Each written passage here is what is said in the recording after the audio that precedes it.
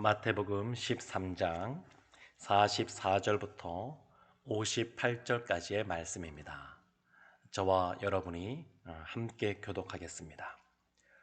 천국은 마치 밭에 감추인 보화와 같으니 사람이 이를 발견한 후 숨겨두고 기뻐하며 돌아가서 자기의 소유를 다 팔아 그 밭을 사느니라.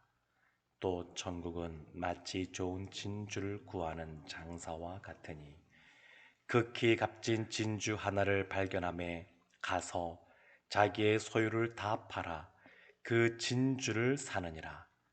또 천국은 마치 바다에 치고 각종 물고기를 모는 그물과 같으니 그물에 가득함에 물가로 끌어내고 앉아서 좋은 것은 그릇에 담고 못된 것은 내버리느니라. 세상 끝에도 이러하리라. 천사들이 와서 의인 중에서 악인을 갈라내어 풀무불에 던져 넣으리니 거기서 울며 이를 갈리라. 이 모든 것을 깨달았느냐 하시니 대답하되 그러하오이다.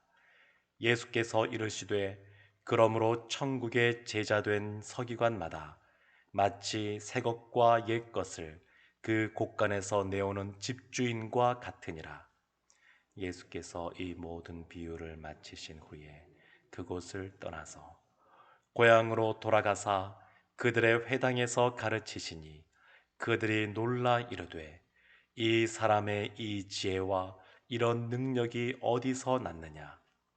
이는 그 목수의 아들이 아니냐? 그 어머니는 마리아, 그 형제들은 야고보, 요셉, 시몬, 유다라 하지 않느냐? 그 누이들은 다 우리와 함께 있지 아니하냐? 그런즉 이 사람의 이 모든 것이 어디서 났느냐 하고 예수를 배척한지라. 예수께서 그들에게 말씀하시되 선지자가 자기 고향과 자기 집 외에서는 존경을 받지 않음이 없느니라 하시고, 함께 보겠습니다. 그들이 믿지 않음으로 말미암아 거기서 많은 능력을 행하지 아니하시니라. 아멘. 르네상스 시대 때 이탈리아에 아주 거장인 보티첼리라고 하는 화가가 초상화를 그린 것이 있습니다. 3주 전에 뉴욕에서 경매로 1,000억 원이 넘게 이 그림이 팔렸습니다. 그런데 이 그림을 40년 전에 산 사람이 있었는데 40년 전에 산 그림이 40년 만에 70배가 넘어서 1,000억이 넘는 수익을 거두게 되었습니다. 우리 성도님들 같으면 40년 전에 70배니까 약 15억쯤 되는 그런 미술 작품을 사서 40년이 지난 다음에 1,000억을 벌 수 있다. 그러면 집이나 가진 것 모든 것을 다 팔아서 살 만한 가치가 있다라고 생각을 하십니까? 어떠실 것 같습니까? 40년 전에도 15억이 굉장히 큰 돈인데 1억 5천만 원 주고 뭘 샀는데 40년이 지난 다음에 100억이 되었다. 많은 분들이 아마 고민해보고 그리고 기꺼이 사겠노라 이렇게 결정을 할 것 같습니다. 이러한 그림 하나, 원형 메달을 가지고 있는 청년을 그린 초상화 하나가 1,000억이 넘게 하는 이러한 가치를 갖고 있는데, 오늘 본문의 말씀에는 이것보다 훨씬 더 가치가 있는 천국에 대해서 예수님께서 말씀하고 있습니다. 하나님 나라, 천국의 가치가 얼마나 되느냐, 그리고 그 가치를 발견한 사람, 그 사람은 어떻게 행동을 하게 되느냐, 그것을 말씀하고 있습니다. 그래서 44절 말씀을 보게 되면 이렇게 나옵니다. 천국은 마치 밭에 감추인 보화와 같으니 사람이 이를 발견한 후 숨겨두고 기뻐하며 돌아가서 자기의 소유를 다 팔아 그 밭을 사느니라. 천국은 밭에 감추인 보화와 같다. 그러니까 그냥 사람들이 다 볼 수 있도록 예수님께서 보여주시고, 그리고 비유의 말씀으로 알려주시지만 많은 사람들이 그것을 발견을 못합니다. 감추어진 것 같습니다. 그래서 이 감추어진 그런 보화를 발견한 사람은 어떠한 반응을 보이냐면 기뻐하며 돌아갔다, 이렇게 말합니다. 기뻐하며 돌아갔다.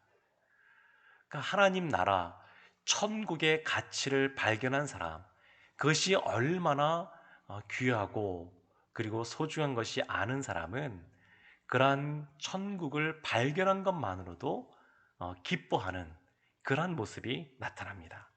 그리고 자신의 모든 소유를 다 팔아 그 밭을 사느니라.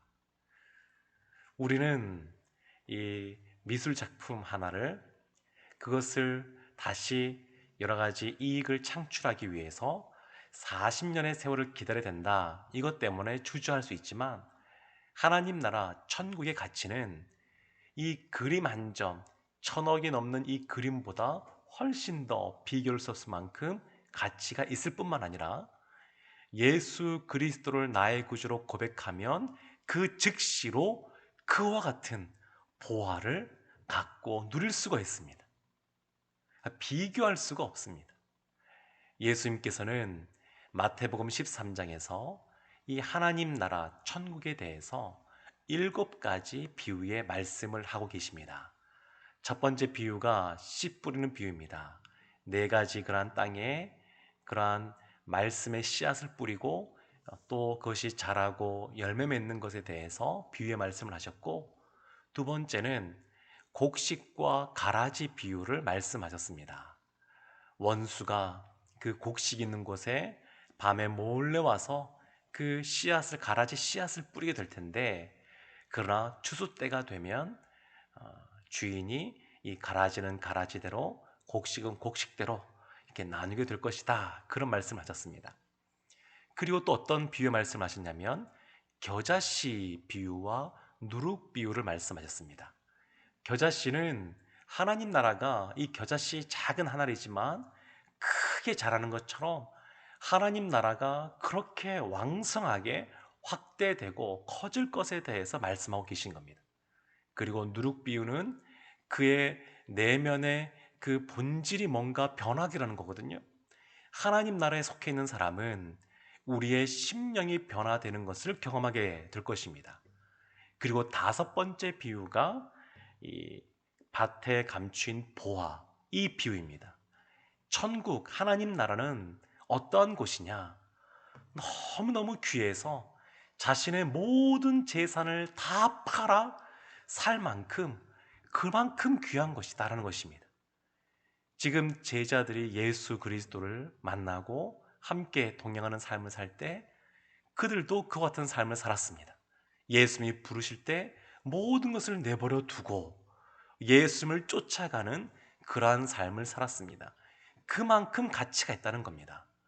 이 세상에서 우리가 가치 있다고 여기는 것들, 수십 년 동안 그러한 삶을 살아왔다 한다 할지라도 그것과는 비교할 수 없는 밭에 감추인 보화 같은 가치 있는 것이다, 이렇게 말씀하시는 겁니다.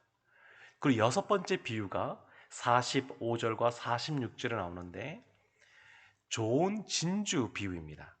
그래서 45절 보면 또 천국은 마치 좋은 진주를 구하는 장사와 같으니 극히 값진 진주 하나를 발견하매 가서 자기의 소유를 다 팔아 그 진주를 사느니라.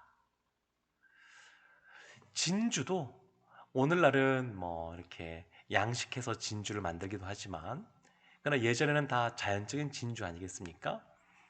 오늘날은 다이아몬드, 보석 중에 뭐 여왕이라고 일컬어지는 그런 다이아몬드가 있지만, 이 당시에는 보석의 여왕 그러면 진주였습니다. 자연적으로 형성되는 그러한 진주. 그래서 이것이 아주 극히 좋은 그러한 진주 하나를 발견하면 진주 장사는 늘 좋은 진주를 찾기 위해서 이곳저곳을 다니는 사람인데, 극히 좋은 진주, 그 가치를 알아본 겁니다. 그것이 얼마나 소중한지 자신의 모든 것을 다 팔아서 살 만큼 귀하다는 것을 알고 있는 겁니다. 천국이 그와 같다는 겁니다. 영안이 열려서 천국이 얼마나 소중한지 바라보는 사람은, 그 가치를 깨달은 사람은 자신의 모든 것을 다 내버려 두고 주님을 쫓아가는 삶을 살게 될 줄로 믿습니다. 근데 밭에 감추인 보화와 이 극히 좋은 진주 하나는, 이 비유의 차이점은 무엇이냐면, 밭에 감추인 보화는 이 사람이 늘 성실한 사람입니다. 직장에서 그냥 본인에게 주어진 일을 열심히 늘 성실하게 근면하게 감당할 때 이와 같이 보화를 발견하게 된 겁니다. 그런데 이 진주 장사는 어떤 사람이냐면, 늘 구하고 찾고 두드리는 사람입니다. 하나님의 나라는 이러한 밭에 감춘 보화처럼 누군가에게 갑작스럽게 또 선물처럼 주어지기도 하지만, 또 어떤 경우에는 이 진주 장사처럼 하나님 나라 천국을 위하여 열심히 구하고 찾고 두드리는 모습이 있어야 됩니다.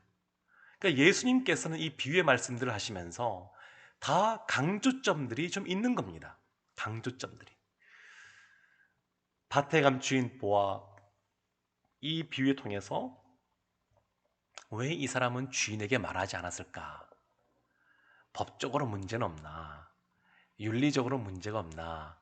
이런 의문들을 가질 수 있습니다만, 이 한 구절, 이 한 짧은 구절을 통해서 예수님께서 강조하고자 하는 것은 뭐냐면, 긴박성입니다. 하나님 나라 천국은 이렇게 급하게 가서 모든 것을 팔아 사야 될 만큼 아주 긴박하게 우리가 추구해야 될 것이다. 그것을 알아보고 가야 될 것이다. 오랜 세월 동안 그냥 본인이 원하는 삶을 살다가 나중에 나이가 들어, 그리고 병이 들어 이제 죽을 때가 되었다 생각될 때, 그때에서야 나는 예수님 믿겠습니다, 이렇게 말하는 분들 만나 보셨는지 모르겠습니다. 그런 분들 계십니다. 근데 천국은 그런 것이 아니라는 겁니다. 천국은 긴박하게 즉시 돌아가자마자 모든 것을 팔고 사야 될 만큼 그러한 곳이라는 것을 강조하고 있는 겁니다. 일곱 번째 비유, 마지막 비유는 뭐냐면 47절에 이렇게 나와 있습니다. 또 천국은, 하나님 나라는 마치 바다에 치고 각종 물고기를 모는 그물과 같으니. 그물과 같다. 이 당시에 이 그물로 고기를 잡을 때는 뭐 저인망식으로 이렇게 끌어서 오는 겁니다. 오늘날은 이 그물을 쳐서 물고기를 잡을 때 이 어선들마다 어종이 있습니다. 목표하는 어종. 명태면 명태, 고등어면 고등어, 오징어면 오징어, 무엇인가 어떤 것을 잡아야 되겠다 목표를 잡고 그것들을 이제 획득하는 것을 볼 수 있는데, 이런 저인망식으로 하면 그냥 그물을 끌고 가면서 이렇게 잡는 거니까 여러 고기들이 잡힙니다. 그래서 48절에 보게 되면 그물에 가득함에 물가로 끌어내고 앉아서 좋은 것은 그릇에 담고 못된 것은 내버리느니라. 유대인들은 이 물고기 중에서도 비늘이 없는 메기라든지 뱀장어라든지 이런 것들은 먹지 않습니다. 그러니까 그물을 쭉 끌어서 물고기를 잡으면 그 안에 베드로의 물고기라고 별명이 붙여져 있는 베스, 갈릴리 호수에 그런 것이 있거든요.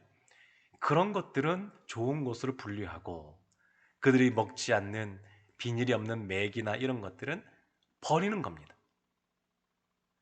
이것은 이 유대인들은 이 비유의 말씀을 들으면 너무 쉽게 이해가 되는 내용들입니다.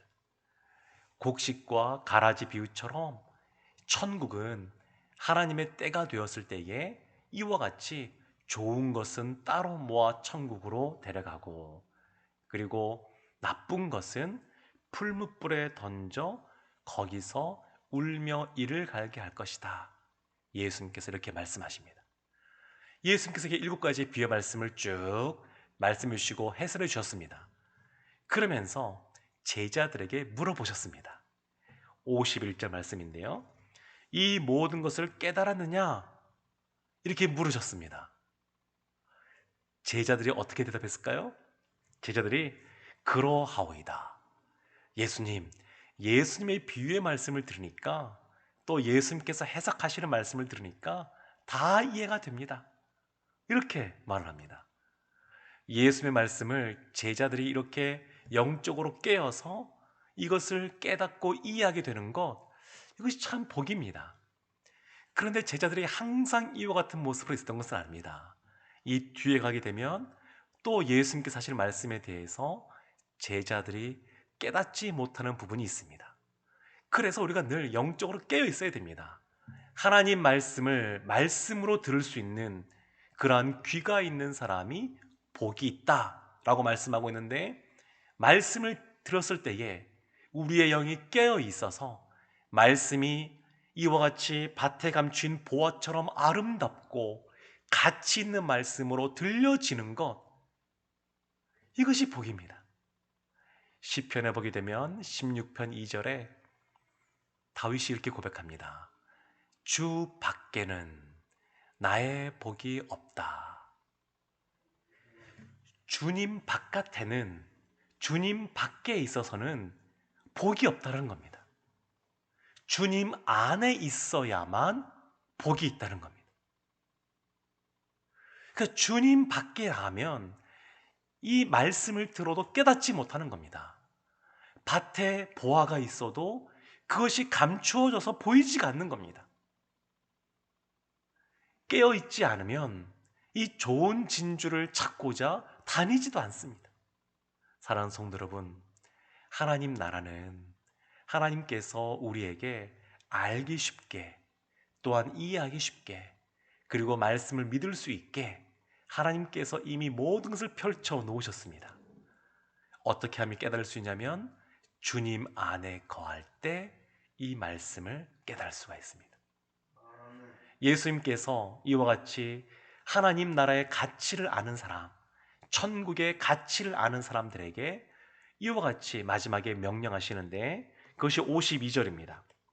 예수께서 이르시되 그러므로 천국의 제자된 서기관마다 마치 새 것과 옛 것을 그 곳간에서 내오는 집주인과 같으니라. 하나님의 이 놀라운 보화와 같은 천국의 가치를 깨달은 사람은 곳간에 보면 옛 것도 있고 새 것도 있습니다. 곡식을 이렇게 짓고 추수하게 되면 창고에 들이는데, 쌀도 보면 그 해에 생산된 햅쌀이 있는가 하면 또 그 전해 해 또한 또 생산한 묵은 쌀이 있습니다. 곡식이 많으면 창고에 같이 쌓아두게 되는데, 그것을 다 꺼낸단 말은 옛것 구약의 말씀도 꺼내고 새것 신약의 예수 그리스도를 통하여 주어지는 이 말씀도 꺼내고, 꺼내서 어떻게 하겠습니까? 사람들에게 나누어 주는 겁니다. 천국은 이 가치를 아는 우리가, 이미 이 천국 이것을 소유한 우리가 우리만 갖고 있으면 안 되고, 이 옛 말씀인 이 구약의 성경의 말씀, 새 것인 신약의 이 말씀을 가지고 사람들에게 나누어 주라는 겁니다. 천국은 30배, 60배, 100배의 열매를 거두는 그와 같은 모습이 나타나야 됩니다. 겨자씨와 같이, 누룩과 같이 많이 크게 자라고 많은 열매를 맺고 또 부풀어 올라야 됩니다. 예수님께서 우리에게, 제자들에게 이와 같은 삶을 살라고 말씀하고 있습니다. 오늘 하루 살아가실 때에 우리가 하나님 나라, 이 천국이 얼마나 귀한 것인지 다시 한 번 더 마음속에 새기시고, 그리고 천국을 소유한 자로서 이 말씀을 나누어야 되겠다라고 결심하시며 우리 사랑하는 이웃들에게, 가족들에게, 우리 옆에 있는 분들에게 이것을 전하시는 성도님들 되셔서 주님 앞에 칭찬 듣는 하나님의 자녀들 되시기를 주님의 이름으로 축원합니다. 아멘. 기도하겠습니다. 하나님, 천국은 마치 밭에 감추어진 보화와 같다고 말씀하셨는데 우리도 이것을 발견한 사람처럼 천국의 가치를 알고 소유한 사람으로 늘 기뻐하는 삶을 살게 하여 주옵소서. 그리고 이것을 우리만 갖고 누리는 것이 아니라 우리의 사랑하는 이웃들에게, 주님께서 만나게 주신 사람들에게 나누어 줄 수 있도록 은혜를 베풀어 주시옵소서. 우리가 세상 그 무엇과 비교할 수 없는 아주 가장 귀한 천국의 그러한 가치를 알고 소유한 사람이니 오늘 하루도 주님 은혜 가운데 담대하게 당당하게 살아가는 대장부 같은 사람들 되게 하여 주옵소서. 예수님의 이름으로 기도합니다. 아멘.